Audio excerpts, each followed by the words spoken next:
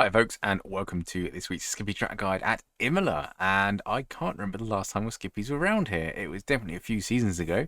I have been around here before. I checked my time from last year, and this one is faster, so that shows good progress. Yeah, so actually cannot remember for the life of me last time Skippies were here. But anyway, that's enough of me waffling.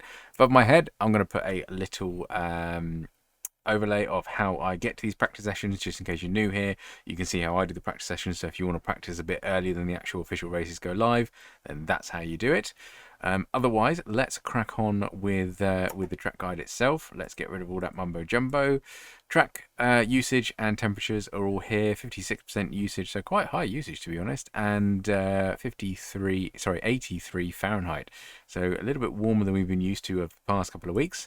The lap I'm going to show you is lap 20, which you can just see above my head, which is a 2:03.646, which was definitely my fastest lap. I don't know what strung up on this lap that made it absolutely perfect. I did get into the really low fours. You can see up here a 4.2, a 4.2, a 4.3, a 5. I must have fell off that one, but I'm definitely low fours, and I would like to dip into the threes a little bit more often, but I'm going to show you the better lap because it was quite tidy, to be brutally honest with you.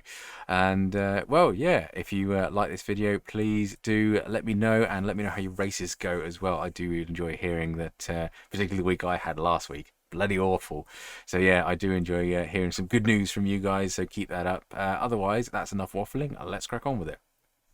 Right then, start finish straight, and it is a very long run down here to turn one. We have started the video speeding up because it's just a straight line.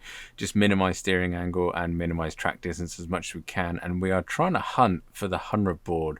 And what we're doing is we're at an angle to the track, so we're trying to break the Skippy in an exact straight line to try and make our lives a lot easier. Down into third gear, second will be absolutely fine, but turning it nice and smoothly. Hit the red and white curbs, but avoid the black and yellow sausage curbs. They are not good. Sorry, that is actually turn 2. Turn 1 is that slight kink we had, which is going to be very confusing. So this is turn 3, flat out. Bit of curb, not a problem. Coming around the kink of turn 4 now, and again it's flat out. The only thing we need to be careful of is if we're racing anyone and that black and yellow sausage curb. You can run very wide here, so use all of the track and all of the Astro to minimize steering angle for the Skippy and maximize our straight down the next straight. So rocking on down here, it is a good overtaking opportunity. Should be getting a bit of slipstream down here, but I wouldn't do it because it is very awkward. 50-meter sign, we are standing on the brakes briefly, but we're turning it in and aiming for the apex first, down to 4. It's a real knack to get this corner absolutely right. Nick a bit of curb, and you see I'm touching the throttle there just to prevent the rear end stepping out too much. Down into third again for the second right-hander, and it's a real pain in the rear to get this. A lot of people will oversteer off and get it completely wrong. We do actually nick a bit of dirt here, but we don't need to worry about off tracks. Imola is quite kind for off tracks in most places, but there is a few little cheeky rascals. So coming to the hairpin of turn 7, going to be a good overtaking opportunity, but we do have a long hill coming up. So end of the surface road, as the back of the car passes it, we are standing on the brakes, keep the Skippy in a straight line while we're braking heavily, down into second gear, and we want a mid to late apex. And look how early I can actually get on the throttle here.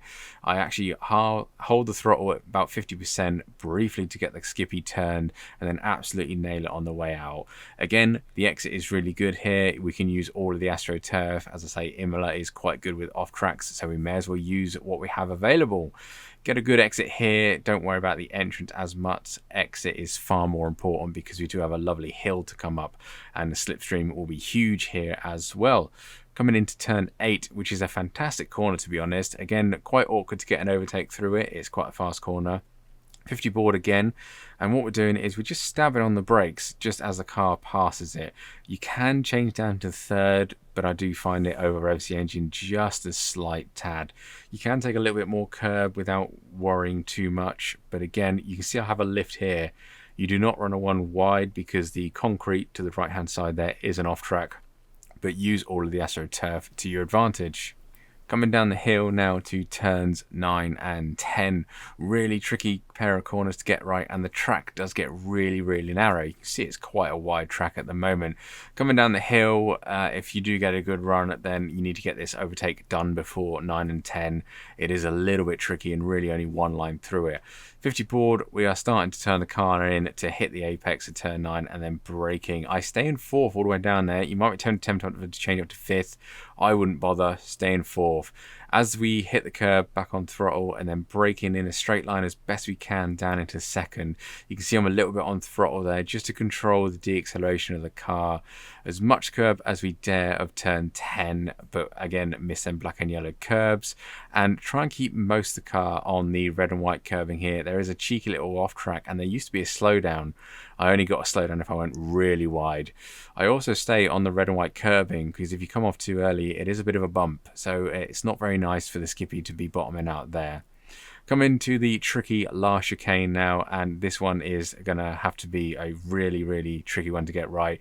50-meter board. We are braking down into 2nd gear. Now I'm actually going to slow it down a little bit more here because a lot's happening. So you can see I'm setting up for the first one and I absolutely destroying the curb. Straighten the car as we go over the curb, back on throttle to tame the rear end, and then we're turning left and trying to nick a little bit of the red and white, but get on throttle as early as you can. You can't actually notice that I did slow it down that much, but it was a little bit just to get all that sentences in there. Again, use all the AstroTurf. If you do step on the concrete outside or tarmac outside, whatever it is a slowdown as well, which is really painful because obviously we've got a nice little bit of a straight. Going to be a good overtaking opportunity down here because the braking zone down to the last 2 corners of 14 and 15 are absolutely brilliant, and it's downhill. So 50-meter board, I haven't marked it because I'm slightly before it, so I'm probably about the 75 mark, but braking quite heavily, really important. Don't lock up here, otherwise you're a one-way ticket into the gravel. 2nd gear, absolutely murder the curb as well. We get a good chunk of it, not too much of a problem taking bumps here. Mid throttle to full throttle on exit and use all of this runoff. I'm completely off the track, but it doesn't matter. I change up to 3rd quite early and I try and get the best exit as I can, so I take even more curb and basically nail the throttle as I come off it. Really important to get a good exit here because it is the longest straight on the circuit, so you're going to need a good exit to try and defend. Although saying that, if someone's within half a second of you coming out here, they will be overtaking you, so just bear that in mind. Really long run. It is one of them corners that on the last lap people can get a run and actually overtake you before a line, so bear that in mind on the last lap. But we do eventually cross the line all the way there, and it's a 2:03.646, which I was pretty happy with. I'm hoping to get a few more 3s as the race comes on this week. But otherwise, guys, thank you very much for watching this. Hope it helps you out. If you've got any ideas and any lines that can help other people, then definitely put them in the description below, and enjoy your races this week. I'll catch you on the next one.